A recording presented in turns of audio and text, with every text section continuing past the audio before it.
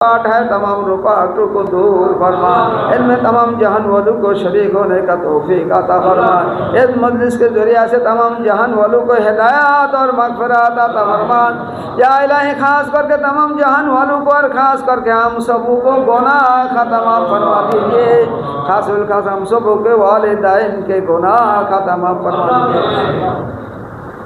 इलाही खास कर कन्या जुमान के जितना काम बाकी है, खास करके बागबारी का जितना काम बाकी है और ओलीगंज का जितना काम बाकी है, तमाम कामों को कामयाबी के तौर पर अपने नूर में हिकमत कुदरत में फजल करम में कारसादी में रहमत रज़ामंदी में शामिल कर दीजिए।